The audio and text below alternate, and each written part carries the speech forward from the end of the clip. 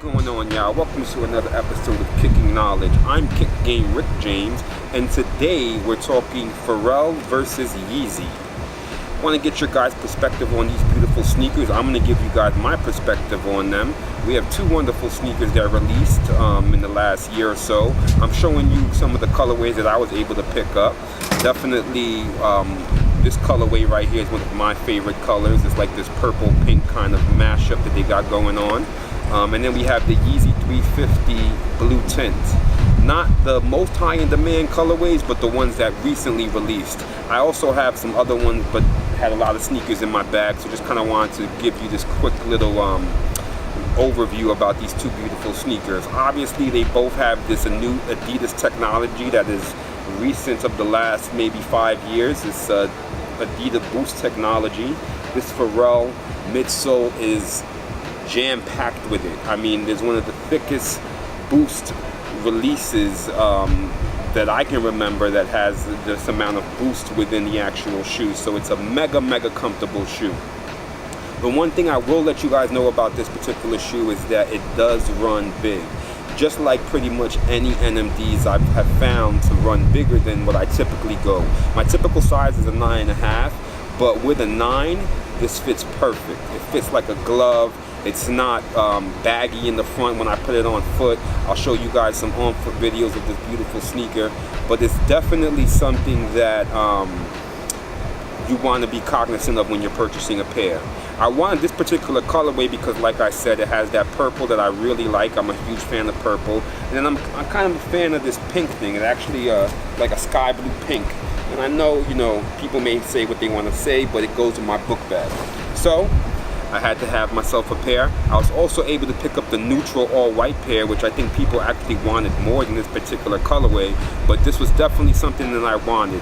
Now, in comparison to the 350 by Yeezy, it definitely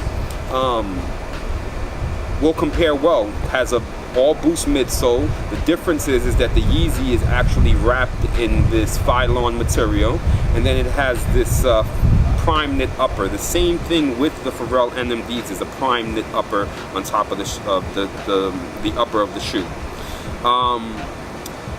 The one thing that I will say is that, not that Pharrell has ever lost any steam throughout his whole career, but I feel like with this particular silhouette, he is just catching havoc with it. It started off with Complex Con last year. He dropped the all-black pair that was Complex Con exclusive, and some friends and family people were able to get a pair. And then the onslaught of releases just started coming from him and the team at Adidas. They just keep coming out with these beautiful colorways of this shoe. Today, actually, Saturday, people went down to Virginia. A lot of people from New York went down to Virginia. So Saturday, June 16th, was another Pharrell release down. It was a VA exclusive just for his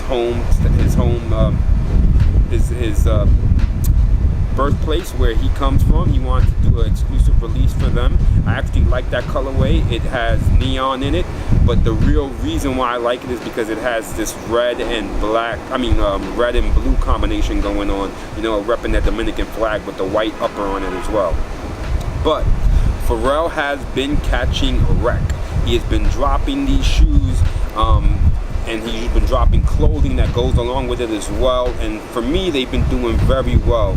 Maybe not in the resale aftermarket, not all the colorways, but in terms of just pushing the Pharrell brand as a whole.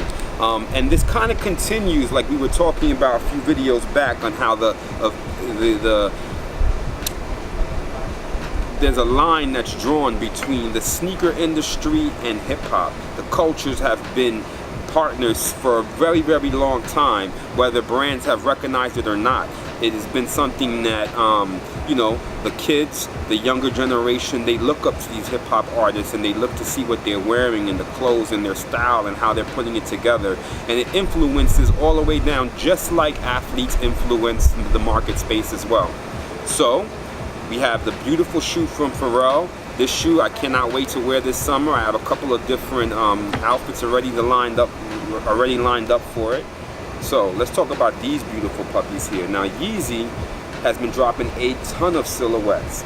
Adidas and Yeezy have come out with a lot of different sneakers, but they haven't dropped too many of these 350s. They did this color, the inverted beluga color, and then they had the frozen yellow colorway.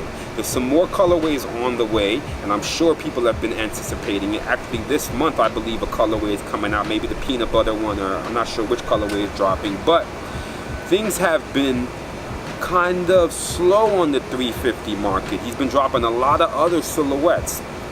Now he's coming back with a bunch of new colorways. He just dropped like 3 or 4 new albums that he's produced. So Yeezy is back on track. He's back at it, coming to the market space with new music and new sneaker colorways for us to enjoy.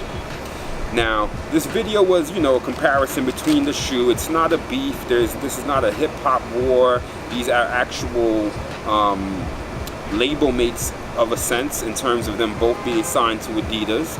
And it's just the brand, you know, showing its commitment to the culture, or showing its commitment rather to using celebrity hip-hop artists to further their brand and further the exposure of the brand, and it really is working for them, in my opinion. You know, a lot of younger generation people are really into these Adidas and these Pharrells and these different sneakers that are dropping. Now they have a few other artists signed to Adidas, but to me these are the 2 most prominent right now in terms of what they're doing in the streetwear sneaker culture, which, you know, is a big mashup of different influences.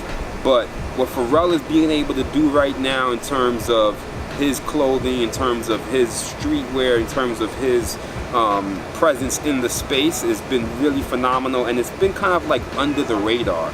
He's just been steadily grinding, chipping away, and dropping his releases here and there, and just really kind of building up his brand, which is pretty cool to see. And then, you know, you have Kanye rather, who has dropped a lot of releases, really got the brand bubbling, you know, Adidas in general, and then slowed down a bit in terms of the 350 releases. They were doing some other Yeezy releases, they were dropping some clothing and everything else, but in terms of like the shoes that were really driving that hype, this particular shoe, the 350, he hasn't dropped. I would love to see some more of the 750s dropping, the first high Yeezy. If he could come back with some more of those colorways, that would be amazing. And the first 350, that would be amazing as well. So just wanted to kind of thank you guys for checking in. You know, continue to give you guys different perspectives, talking about different shoes out there, and we really appreciate you guys supporting us. We want you guys to hit that like button, that subscribe button, that share button, and keep rocking with us. I'm Kick Game Rick James. This is Kicking Knowledge. Thank you. Peace.